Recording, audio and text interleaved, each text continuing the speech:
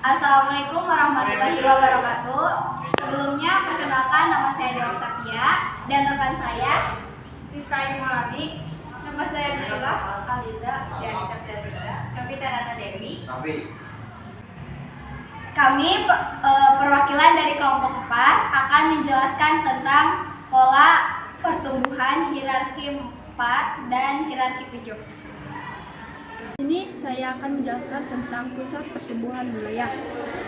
Pusat pertumbuhan atau growth pole adalah wilayah dengan pertumbuhan yang sangat pesat ketika dibandingkan dengan wilayah lain.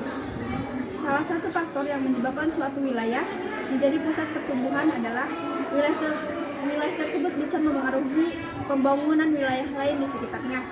Selain itu, pusat pertumbuhan biasanya berperan menjadi pusat pelayanan bagi daerah sekitarnya.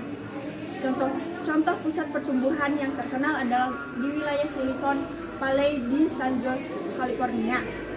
Wilayah tersebut memiliki pertumbuhan ekonomi yang sangat cepat, terutama berkat industri teknologi yang ada di dalamnya. Baik, di sini saya akan menjelaskan tentang faktor penyebab suatu wilayah menjadi pusat pertumbuhan. Tentunya, banyak banget faktor yang mempengaruhi terbentuknya sebuah pusat pertumbuhan di suatu wilayah.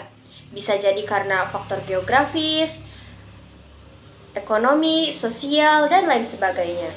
Kondisi geografis seperti jenis dataran, iklim, dan kesuburan tanah, lengkapnya fasilitas kesehatan, tempat tinggal, dan sebagainya, dan infrastruktur jalanan dan transportasi sehingga mendukung kondisi ekonomi dan sosial.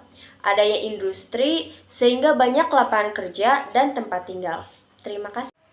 Di sini saya akan menjelaskan mengenai apa itu kota sentral. Kota sentral adalah sebuah pusat yang memainkan peran penting dalam mengendalikan kegiatan ekonomi dan sosial di sekitarnya. Tempat sentral dapat berupa kota besar, pusat perdagangan, dan kawasan industri. Di sini saya akan menjelaskan pengertian hierarki 4.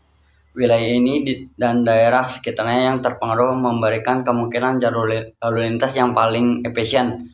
Tempat ini juga disebut dalam situasi lalu lintas yang paling optimum. Situasi lalu lintas yang optimum ini memiliki pengaruh setengah bagian wilayah yang masing-masing wilayah tetangganya. Teori keempat sentral. Struktur ini disebut Chris Taylor sebagai asas pengakuan. Menurut asas pengakuan, penyebaran tempat-tempat sentral yang paling menguntungkan apabila terdapat tempat penting di wilayah pada jalan yang menghubungkan dua kota. Jalan penghubung dua kota ini hendak berjarak pendek dan lurus. Halo teman-teman semuanya, perkenalkan nama saya Dewa Octavia. Di sini saya akan menjelaskan tentang hierarki keempat atau K4. Sebelumnya pengertiannya telah dijelaskan oleh Rani. Sebelumnya lihat dulu gambarnya di sebelah sini. Nah, di sini saya akan menjelaskan sebuah wilayah yang memiliki administrasi atau pusat administrasi ini akan mempengaruhi wilayahnya. Wilayah di sekitarnya satu bagian penuh, di mana ini adalah heksagonal. Sekitarnya ada 6 kawasan.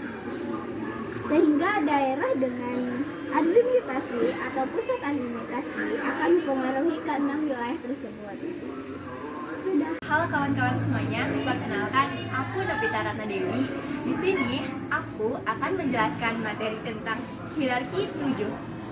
Hierarki 7 selain mempengaruhi wilayahnya sendiri, juga mempengaruhi seluruh bagian masing-masing wilayah tetangganya. Wilayah ini disebut juga situasi administratif yang optimum.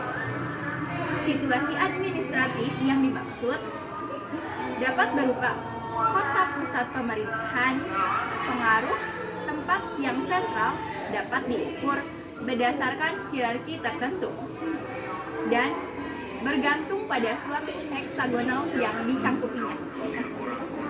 Hai guys, di sini saya akan melanjutkan materi teori K7. Nah, selanjutnya teori K7 tempat sentral berdasarkan teori dinyatakan bahwa suatu tempat sentral yang memiliki pengaruh satu bagian ke-6 wilayah sekitarnya. K7 merupakan kawasan pengaruh terhadap 6 kawasan tetangganya.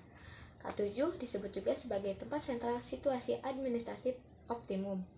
Nah, di sini ada ilustrasinya. Sebuah wilayah yang memiliki administratif atau pusat administrasi ini akan mempengaruhi wilayah sekitarnya satu bagian penuh, di mana ini adalah heksagonal, sekitarnya adalah 6 kawasan.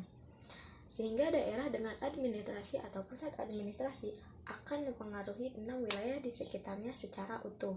Terima kasih.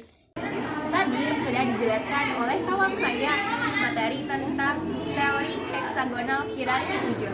Oke, menurut Chistaller, daerah ini sesuai dengan asas pemerintahan. Asas pemerintahan lebih ditekankan pada penyatuan dan perlindungan kelompok masyarakat yang terpisah dari ancaman musuh.